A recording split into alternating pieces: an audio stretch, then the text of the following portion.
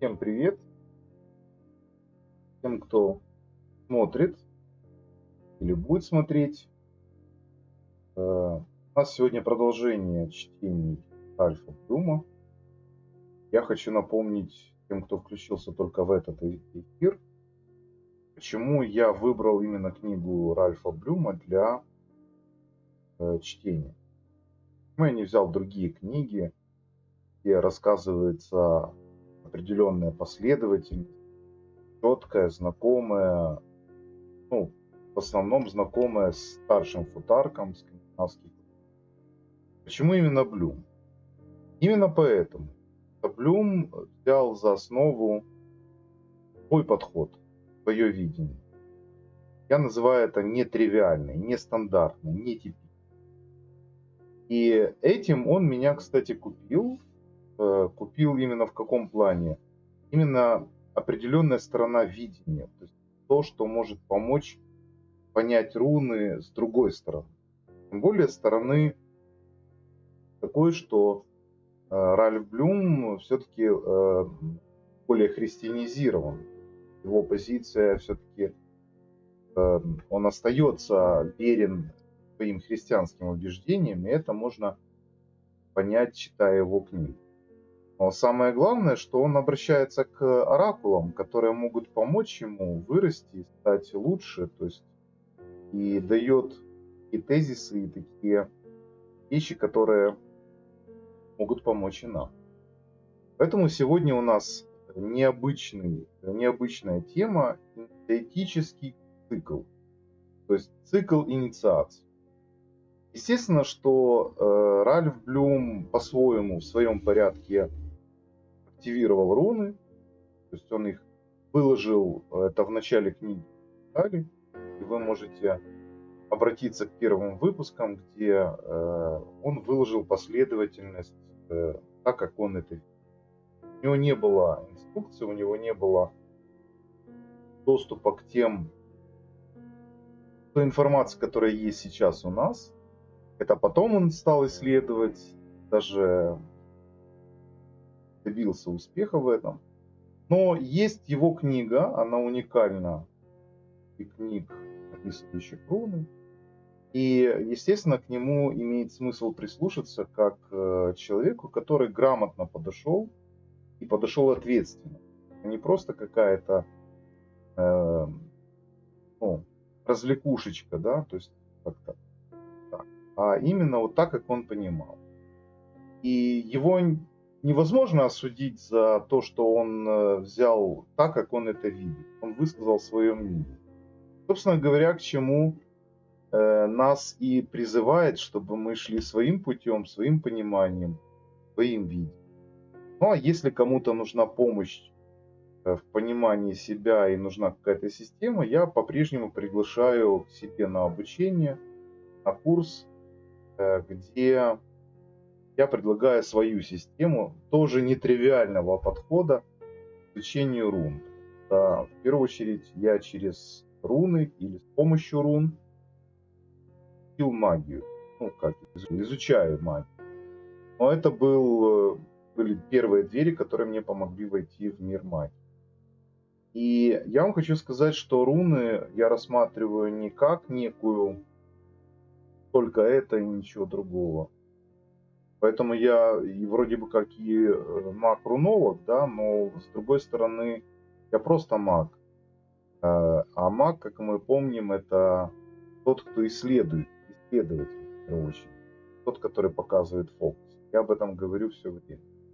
Поэтому понятно, что я затянул чуть-чуть условием, но тем не менее изучение магии, используя инструмент руны, это замечательный путь, очень интересный, увлекательный, особенно путь к познанию самого себя. Ну и по поводу прошлого выпуска, у нас была здесь такая сумасшедшая гроза, видимо, потому что я говорил о руне Хагалас. Во всяком случае, она так совпала, да, будем говорить. Хотя в магии совпадений. Я не приписываю себе, что я вызвал грозу, но такое уникальное совпадение, и вчерашний эфир прервался, он прервался в конце. Поэтому мы сегодня начнем новую тему. Ну что ж, поехали, не будем затягивать с предисловиями. Тема емкая и очень интересная. Чтение с комментариев.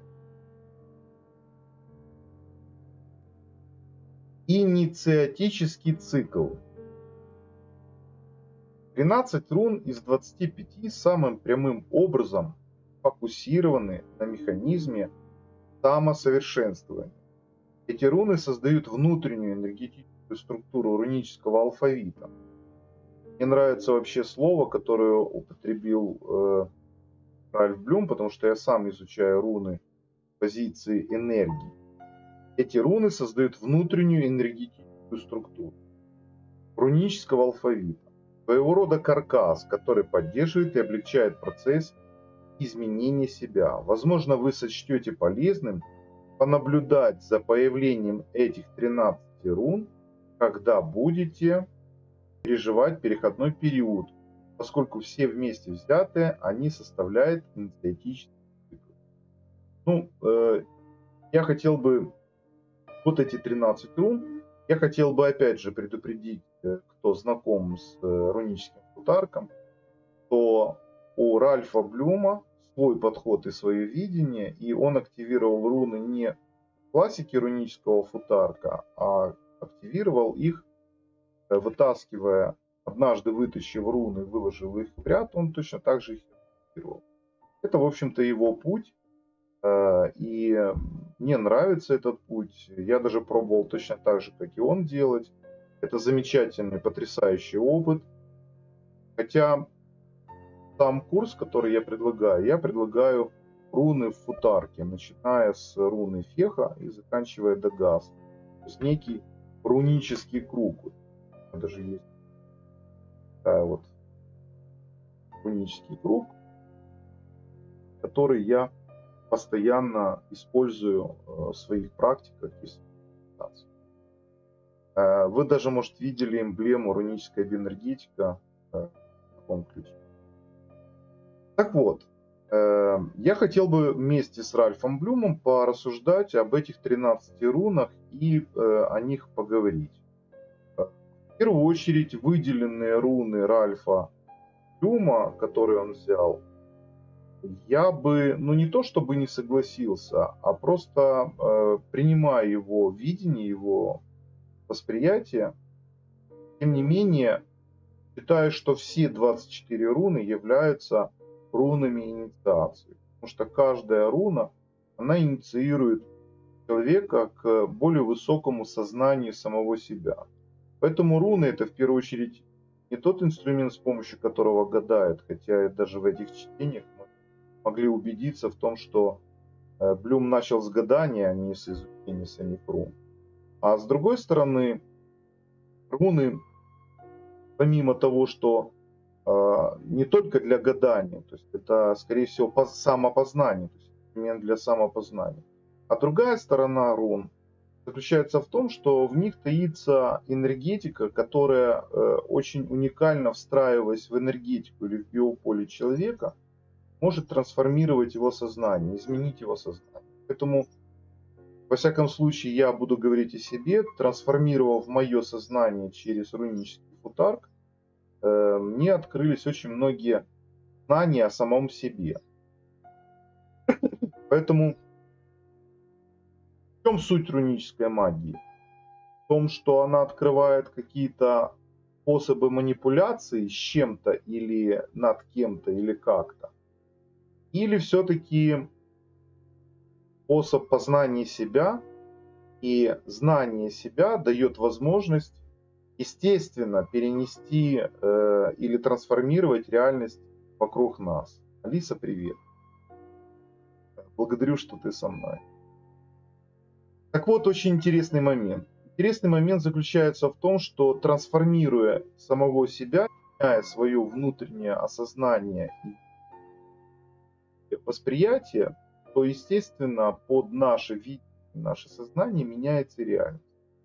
Таким образом, принудительно как-то менять реальность, напрягаться или там с помощью рун, как многие пытаются, не меняя себя, изменить реальность, Реальность, к сожалению, она имеет такую особенность, если человек не меняется сам, реальность может временно как бы измениться, но она возвращается на исходное.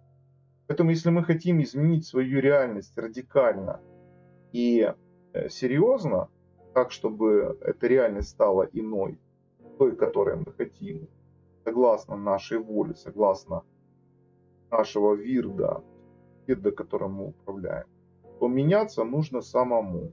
А это нелегкая задача, это путь знания, это путь постижения самого себя. А это всегда очень трудно. Но другого способа навсегда изменить свою реальность нету. Временные изменения, да, можно сделать с помощью каких-то манипуляций, то же самое в нечистой магии. Но поменять реальность навсегда или изменить себя временно не получится. Руны меняют раз и навсегда и радикально. И возврата обратно нет. И я страшно удивляюсь тем людям, которые изучили руны, а остаются прежними, теми, кем они были. Это, честно говоря, меня удивляет. Но я делаю только один вывод. Видимо, эти люди несерьезно отнеслись к рунам. Вот Ральф Блюм на каждом этапе, он все время предупреждает, что, возможно, вы сочтете полезным понаблюдать за появлением этих 13 рун. Но он говорит, что это механизм самосовершенствования. То есть самым прямым образом сфокусированы на механизме самосовершенствования. То есть определенный механизм изменения себя. Руна Ансус – это третья в порядке ряда Блюма, будем так его называть. Знаки, знамения, руна посланника. Ну, руна Ансус, мы знаем, что она символизирует руну Бога, да, то есть она говорит о том, ну, ее значение это Бог, или божественное знание, божественная мудрость. Это знаки, знамения или мудрость, говорящая с небес, или мудрость, говорящая изнутри. Очень часто в раскладах эта руна символизирует, например, в определенных полях, что о нас говорят, или нужно что-то сказать кому-то, передать послание, руна посланника в какой-то степени. Или, например, о нас говорят плохо, обычно руна перевернутая, то есть неактивная. То есть плохо в каком плане? Бессмысленно. Да? То есть когда разговоры бессмысленные, пустые разговоры. Следующая руна это Атил, или как ее германский называют Атила. Разделение, отступление, наследство. Почему Ральф Блюм называет разделение, отступление, это мы узнаем значительно позже, в каком-то там из выпусков, когда будем проходить руну Атила, она 4-я в порядке Ральфа Блюма, и мы для себя разъясним, ну, то есть поймем, ну, он так ее понимает. Но то, что это руна наследия, да, но наследие какое? Наследие того же знания. Вопрос, руна Ансус, которая инициирует, да, вот инициируемый цикл, может ли она, даруя мудрость, проводить инициацию? Конечно. Наследие. Наследие это когда мы понимаем, это руна 3-го этира. Если Ансус это 1-го этира, закон равновесия, то Атила это 3-й этир, это закон воли, закон, который говорит о том, что твоя воля получить это наследие. Наследие не материальное, наследие духовное. Наследие, которое ты оставил сам себе из воплощения в воплощение. Руна Урус, сила, мужественность или женственность. Ну, я вот, например, вчера говорил, что руна Урус это сила природного характера или характера первичной природы, необузданной природы, непонятой природы, инстинкта в некотором смысле. Руна Перт, инициация. Я ее называю руна посвящения. Почему посвящение? Потому что она трактуется в традиционном понимании как тайна, как открытие тайны, даже инициация не обозначается. Что такое инициация? То есть никто не может вас инициировать на что-либо. Это мое такое стойкое убеждение. Потому что когда кто-то говорит, что он может вас инициировать в руны, идите от этого человека, потому что инициировать можете вы сами себя, то есть проявить инициативу к изучению рун и в первую очередь изучению самого себя. Потому что две большие разницы, как говорят в Одессе, изучать руны и изучать себя. То есть руны можно изучить, но не изучить себя, что многие проделывают. А на самом деле инициация — это когда вы инициируете на то, чтобы понять или познать себя. Таким образом, открыть для себя тайны самого себя. Поэтому эксперт — это открытие тайны самого себя или посвящение самого себя определенному этапу или определенному познанию, или определенному узнаванию, или добыче того же самого наследия. Руна Наутис. Блюм ее называет, она седьмая в ряде Ральфа Блюма, а Блюм ее называет принуждение и неизбежность страданий. В какой-то степени так оно и есть. Но руна Наутис, она потрясающая в своей глубине, если копнуть. Потому что это руна границы потребности и желания. Хочу. Я так ее понимаю. То есть потребность — это тот уровень, который не дает сваливаться в нужду, и тот уровень, который не дает сваливаться в хочу. То есть, когда ты понимаешь свои потребности, то ты не страдаешь. То есть неизбежность страдания отсутствует. То есть ты тогда свободен в своем мировосприятии своей жизни. Если же ты завышаешь потенциал своего «хочу», то попадаешь в нужду, попадаешь в кабалу. Вот как раз руна Наутисы показывает, что мы иногда берем больше, чем можем. Например, взять кредит или взять долг.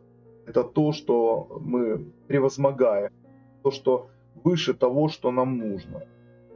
Если мы снизим потенциал своего «хочу», то, снижая, мы попадаем именно на вот этот равновесный уровень потребностей. Наутис — руна второго тира, или руна, или закона привлечения, закона подобия. Подобное притягивает подобное, закон притяжения. Яна, приветствую вас. И точно так же, как и Перт, руна второго тира, руна привлечения.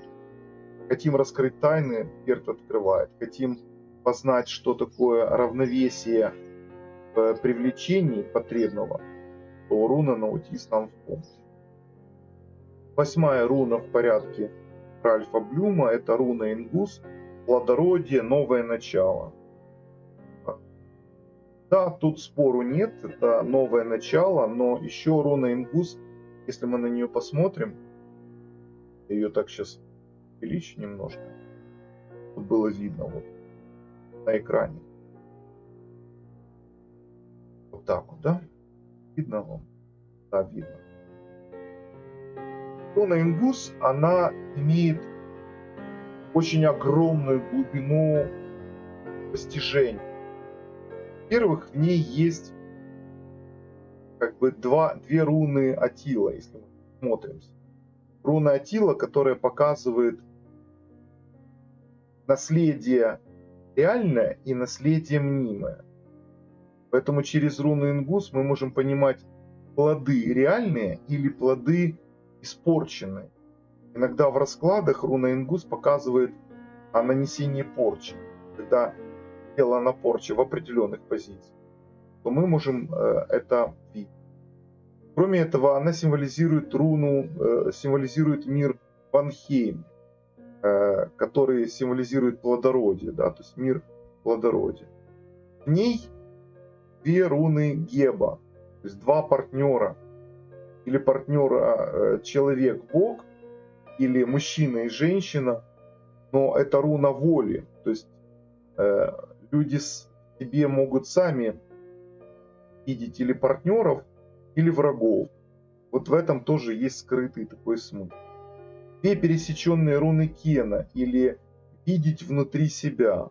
Поэтому руна Ингус, плодородие или новое начало по трактовке Блюма, я с ним согласен.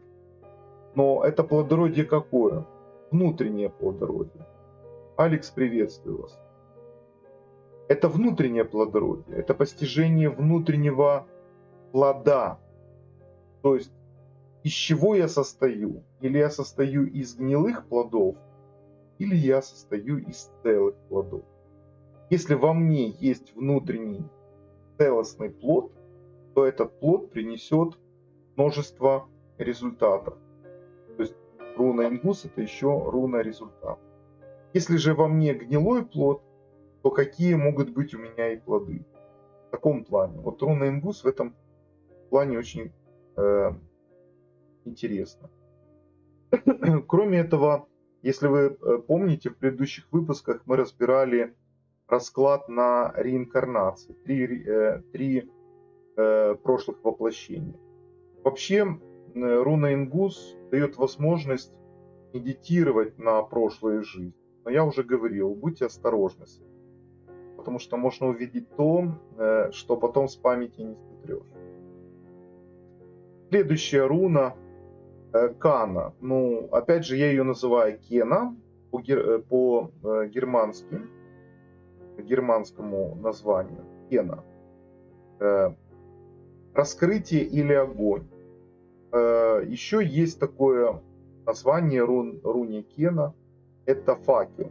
И очень символичное название. Почему? Потому что факел, которым освещается пещера. Ну, так она трактуется. Пещера или темное место. Да? То есть неизвестное место. То есть это руна, которая помогает раскрыть или воплотить темное в светлое. Точно так же ее и обратный момент неактивности, или будем говорить перевернутая руна, да, я ее называю неактивная, затушенный огонь. Человек ничего не видит. В этом плане я бы точно сказал бы, что это Кена, это инициация, потому что она раскрывает глаза. Следующая руна — это Беркана, 16-я в ряду Ральфа Блюма. Рост, возрождение. Еще можно напомнить вам, руна Беркана говорит о гибком росте. То есть рост, который преодолевает препятствия не напролом, а обходя эти препятствия или выжидая, когда это препятствие уйдет. То есть руна Беркана предполагает рост во имя роста. То есть любой ценой нужно взрастить плод, привести к плоду, для того, чтобы было возрождение. Поэтому инициация, ну, судите сами. Руна Эвос, движение, прогресс. Я ее называю руна перемещений. Классические рунологи ее тоже называют. Еще я ее называю руной внимания или руной подвижности внимания. Эвос — это, если вы помните, она символизирует скакуна, прижатого к лошади. То есть, когда вы полностью осознаете, скачете на лошади и сливаетесь с этой лошадью. Перемещение полное, то есть полное доверие лошади вам, да, и вы становитесь частью ее глазами, вы дышите даже с ней. Это вот, знаете, я вспоминаю, когда говорю о руне Эва, вспоминаю фильм «Аватар», когда, помните, главный герой учился ездить на ихней лошади, я забыл, как она называется, и там была связь, нужно было создать связь. И он чувствовал, она, помните, Найтири говорит, прочувствуй, как она дышит, почувствуй ее силу, то есть полностью соединись. Вот Эвос очень характерно показывает вот это соединение, перемещение. Когда ты становишься не не перемещаешься, а становишься самим перемещением, то есть самим вниманием. Это максимально подвижное внимание, где ты своим вниманием перемещаешься с места на место. Подвижная точка сборки, если хотите, кастанедовский термин. Руна Хагалас. Разрушение стихийной силы. Ну, я буду очень аккуратно с этой руной, потому что в прошлом выпуске я разоткровенился, начал говорить о Хагалас, и появилась гроза. Я уже так осторожно. Руна Хагалас — разрушение стихийной силы. Я ее называю руной очищения. Почему? Потому что это руна второго этира, это то, что привлекает, и закон привлечения нужно начинать делать, чтобы не привлечь лишь бы что себе. То есть, если ты хочешь привлечь себе разрушение, ты привлечешь разрушение. Стихийные силы, привлечешь стихийные силы. Поэтому это, скорее всего, руна, которая очищает подсознание от наносного, непотребного, ненужного для развития человека. И руна Хагалас — это очень мощный инструмент для очищения старой, устаревшей парадигмы или канонического восприятия, или догмического восприятия, или восприятия стереотипов. Руна Райда. Очень шикарная руна, она мне очень нравится. Особенно я, когда куда-то еду, я обязательно, как Альгиз, также использую Райда. Вы помните классическую руническую формулу для водителей? Это Альгиз, Райда, Альгиз. Кстати, можно очень здорово использовать Райда, Альгиз, Райда. Не как классику, а наоборот. Потому что путь, в котором мы максимально внимательны и защищены. То есть, если мы внимательны, то в нашем понимании мы движемся максимально сконцентрированно. Поэтому еще помимо пути она показывает каналы, которые нужно открыть. Это руна равновесия. Где нет равновесия, показывает, идем ли мы своим путем. Это еще символично руна колеса, да? Руна движения или руна движения по пути. Но в отличие от Эвос, где Эвос ты становишься самим движением, руна Райда, она является движением относительно ориентиров. То есть ты движешься и понимаешь, что ты движешься только тогда, когда ты понимаешь, что что-то мелькает мимо тебя. То есть какие-то знаки, ориентиры. Тогда ты понимаешь, что если все стоит, то ты стоишь. В таком плане. Вот я еще ее так воспринимаю.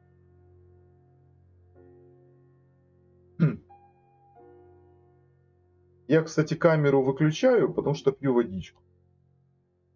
Поэтому пусть, чтобы вы... Почему я выключаю камеру? Вопрос. Руна Турисос. Врата. Место недеяния. Я эту руну называю основным термином намерение. Почему намерение? Потому что само намерение — это миг или мгновение между принятием решения и самим действием.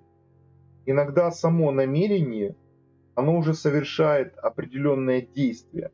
Вот этот вот момент, еще не свершившийся. Даже если после того, как человек создал намерение, он может ничего не делать, намерение запускает процесс действия.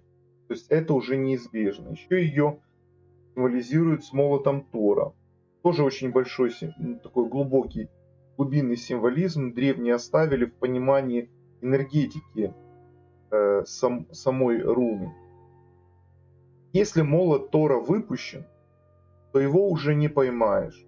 Даже если ты ошибся и случайно запустил молот, то он уже совершит то, на что ты его нацелил, куда ты его бросил.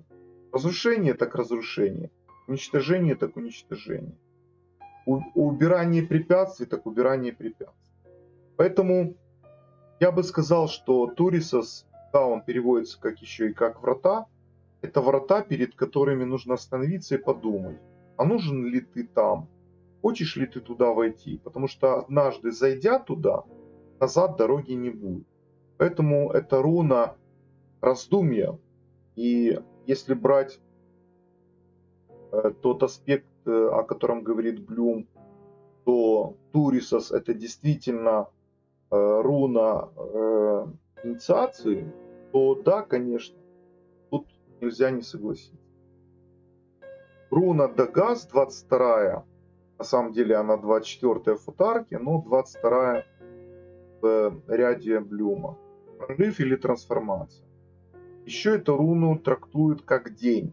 Естественно, день без ночи не может быть. Поэтому ночь и день это неразрывное понимание Дагас. Когда она выпадает в раскладе или когда как элемент инициации, то это руна, которая говорит, что день сменится ночью или ночь сменится днем. То есть должен быть баланс светлого и темного. И она также еще говорит о том, что нету черной и белой магии. Есть люди. То есть люди определяют темноту своей души или определяют свет своей души. Вот где-то так. Ну, будем читать дальше. У нас время немножко уже как бы подходит к концу, но хотелось бы еще почитать. Поэтому Манас по Блюму больше как показатель и раскрытие уже достигнутого. Пропустила, может, в начале. Маназа в круге инициации нет, но мы будем о Маназе говорить дальше в следующих выпусках. Когда будем знакомиться с трактовкой рун интерпретации Ральфа Блюма. Если я вас не утомил, то я хотел бы еще минут 15 почитать по технике, а примеры толкований перенести на следующий выпуск. Соберите все 13 рун в отдельный мешочек, устройтесь в укромном месте, осознайте, что прежде чем поставить перед рунами проблему и узнать их мнение о ней, вам надлежит обратиться к своему внутреннему знанию с большой буквы, просьбой о руководстве, спросить совета у вашего высшего Я. Внутреннее знание – это то, что хранится в глубинах нашего подсознания, сверхсознания и того же сознания. Поэтому получается, что когда мы с удовольствием вас послушаю, очень приятно, Али. Поэтому когда мы всякий раз берем в руки руны, мы обращаемся всегда к своему внутреннему знанию. Это всегда внутренняя мудрость. Ее нужно научиться слушать. О руководстве спросить совета у вашего высшего Я. Высшее Я считаю, это наш дух, внутреннее состояние, которое внутри нас, внутри сути нас. Не внутри тела, а внутри духовной сути нас. Что в моей жизни требует особого внимания? Это, кстати, вопрос, который интересен. Вот я бы вам рекомендовал, быть может, после этого выпуска или как-то найти время и задать этот вопрос рунам относительно себя. Что в моей жизни требует особого внимания? Обратить внимание.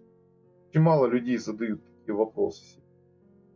Какая сторона моей натуры, будучи при необходимости изменена, понята, обучена, поведет меня вперед в путешествие от «я» малое к «я» большому. Ну, здесь аспект New Age или аспект «я» как эго и высшее «я» как божественное. Ну, собственно говоря, да. То есть, если в нас становится больше божественного, то тогда у нас становится меньше человеческого, эгоистичного. Теперь извлеките руну, чтобы выяснить, где на каком этапе инициатического цикла вы находитесь. Совпадает ли оценка нашего положения вашего положения данной руны, вашей собственной его оценкой. Затем извлеките вторую руну из полного комплекта 25 камней, 25 плашек, чтобы определить, как вам наилучшим образом завершить этот этап цикла. Иными словами, здесь можно сделать два варианта. Иметь или два комплекта рун, и из одного комплекта вы вытаскиваете 13 рун, если вы хотите использовать практику Ральфа Блюма. И второй комплект, который дает как бы дополнительную трактовку для себя. Напомню, что у меня есть уникальный набор из 25 рун на разных породах. Если кому интересно, мы можем об этом поговорить, пообщаться. Если кто-то захочет приобрести, я с большим удовольствием вам отдам в хорошие руки. Знаете, хорошие руки. У меня есть 3 набора на сегодняшний день. Пока не планирую. У меня закончились разные породы. Я новые наборы, к сожалению, не смогу сделать из 25 пород, из тех, которых я изучал. Это будет немножко, наверное, чуть иное, но тем не менее. Кто знает, пользуется этим набором, может подтвердить его эффективность и его чувство, его силу. Эту технику можно с успехом применить для уяснения обстановки в переходные периоды или в периоды неопределенности, поскольку она показывает вам, на какой ступени цикла вы находитесь, помогает подготовиться к следующему этапу. Вот где-то так. Что я хочу сказать? Смотрите. Вы можете взять технику Ральфа Блюма, то есть как бы подытоживая, и использовать ее, не мудрствуя лукаво. Также вы можете сделать, так как делал я, вытащить свои 13 рун или 12 рун и назвать их циклом инициации. И таким образом вывести персональную формулу инициации. Я так и сделал, у меня есть мои 13 рун инициации, вернее, я их назвал не 13, там 14 рун. Я вытащил 14 рун и выписал их в ряд, и они были для меня как циклом инициации. Они отличные от Блюма, хотя некоторые руны и совпадают. Это очень хороший опыт, и, как сказал Блюм, это очень хорошая техника, которую можно применить для уяснения обстановки в переходные периоды или в периоды неопределенности. Это очень хорошая техника. Также очень хорошо действует, когда вы взаимодействуете с одним набором рун, нарабатывая в нем энергетику. Почему я, например, у меня есть много наборов рун, но есть один постоянный набор, который я очень люблю. Он второй после рун, которые я активировал. Первый набор это набор для активации, а второй набор я сделал для мантии. И он наработал свою, как бы, знаете, информационную оболочку. Поэтому я рекомендую брать один набор и с ним интенсивно прорабатывать себя. Таким образом, этот набор набирает информационную оболочку или закладывается информационный пласт, и этот набор тогда очень эффективен в считывании информационных полей. Поэтому берите лист бумаги, вытаскивайте и записывайте. То есть работайте с полным комплектом на каждую вытащенную позицию. Вот рекомендация от меня. Или вот где-то так. На сегодня, наверное, все. Благодарю тех, кто был со мной. Благодарю всех тех, кто будет смотреть этот выпуск. Подписывайтесь, кто не подписался на мой канал, потому что в ближайшее время в виде анонса я готовлю продолжение пробуждения ведьмы. Мудрость ведьмы называется. Очень интересный цикл. И много чего другого я буду продолжать, я готовлю ролики. Поставьте на уведомление, чтобы вам приходило сообщение, когда будет новый выпуск. А завтра в 18:00, как всегда, и да помогут нам боги, снова пообщаться на тему примеры толкования. Всех благ вам, всего